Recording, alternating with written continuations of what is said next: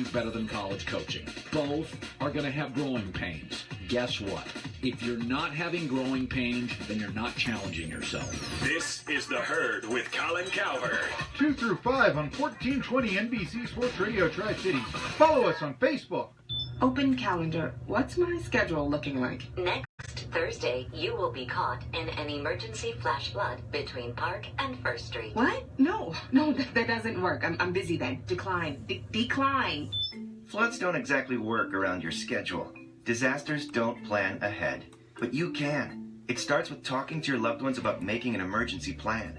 So don't wait. Communicate. Get started today at ready.gov/plan. Brought to you by FEMA and the Ad Council.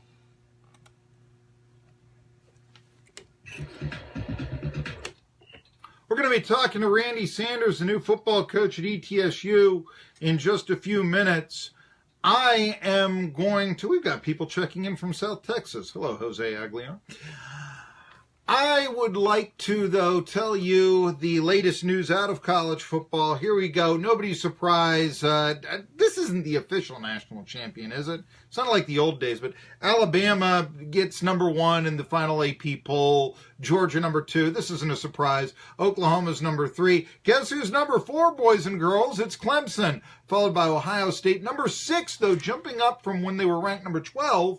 Maybe this is legit. Central Florida, and 6 people voted them number 1. I'm still a little bit, come on. The American, you know what it reminds me of? 85, Oklahoma wins a national championship with 1 loss. Barry Switzer actually voted Fresno State number 1. They finished number 13. That was, now admittedly back then, the Big West I do not think was as good as the American this past year, but I don't think the American is as good as the SEC this year either. Look, Central Florida was winless 2 years ago, folks. Anyway, the point that we're trying to make here is that Switzer, kind of as a joke, voted Fresno State number 1 because, hey, they're undefeated. I don't know. I just, no. Alabama is better than Central Florida. I'm sorry. Wisconsin, Penn State, number 8, TCU, number 9, Auburn falls all the way to number 10, Notre Dame 11, Southern California 12, Miami 13. Let's see here. It gets a little boring after a while. Number 14 is Oklahoma State. Michigan State, number 15, they're back. Top 15, Washington, which was in the playoff last year, falls to number 16. Northwestern, they had a good year at 10-3. They're number 17. Remember, I told you a lot of people thought Northwestern would be as good as Michigan this year. Well, heck, it was Northwestern that wound up being ranked finally, and not Michigan. What do you think about that?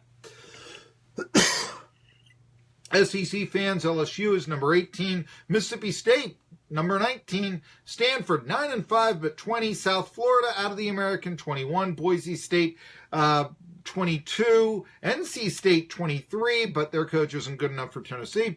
Virginia Tech, locally, they finished number 24. Virginia Tech fans are number 24. And Riley Ferguson, they are number 25. Memphis is number 25 to round it out. Another team out of the American. Who's going to finish number 1 next year? This is sort of like election day, okay? Donald Trump has been named president. Who do you like for the Democrats in 2020, right? Okay.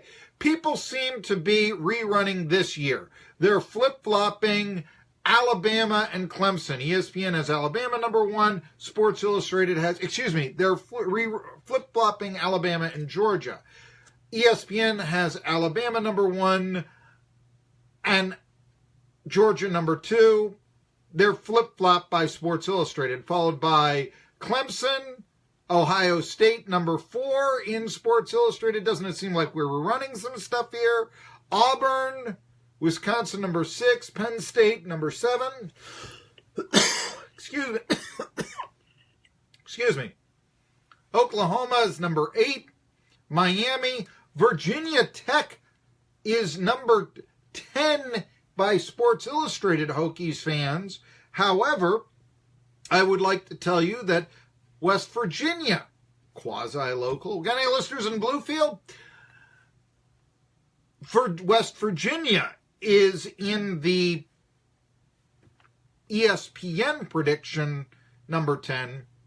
Southern California, number 11. Michigan State, number 12. Notre Dame, number 13. This is sort of like just, well, what programs are good?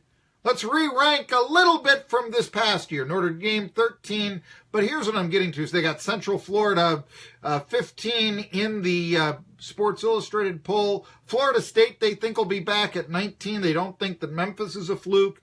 Number 20. Here's the team I want to tell you about. And I said this on Friday. I think they could be a real sleeper in the SEC, especially the SEC East. ESPN has them 25, Sports Illustrated 21, and that's South Carolina. Now, winning the SEC East, I want to talk about they'll have Jake Bentley back. They'll also be improved with Samuels, Deebo Samuels, coming back to play wide receiver, best receiver in the conference.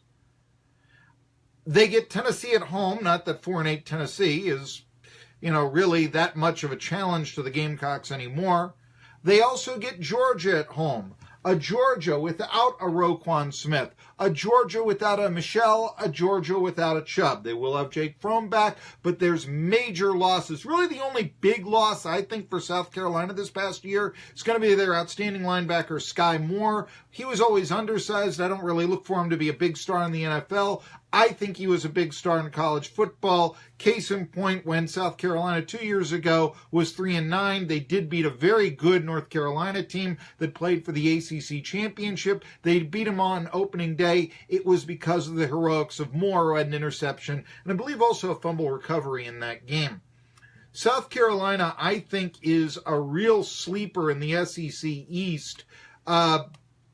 You look at their schedule, Clemson, that's not a conference game. What's that going to be? Got to get past Kentucky, where the Gamecocks have lost to 4 years in a row. Seem to have their number. But don't knock the Gamecocks. And it'll be a veteran team coming up against an inexperienced team at the beginning of next season in 2018. I'm telling you right now, that is a team to look for. You saw what happened with Jake Bentley and his progression these last 2 years. He and Drew Lock are going to be two of the best quarterbacks in the conference, plus whoever Alabama starts, obviously. I think that there's room for a lot of optimism in Columbia, South Carolina. Of course, if Will Muschamp he did coach under Saban years ago.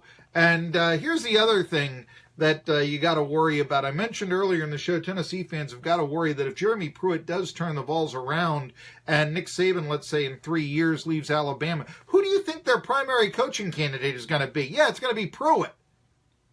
But the other thing got to worry about that 11-game losing streak, and Saban is 12-0 lifetime against his former assistants. So I guess Gamecocks could go to the SEC title game, so could Georgia, but they wouldn't win it. 1420 NBC Sports Radio Tri-Cities on Facebook, Instagram, and Twitter.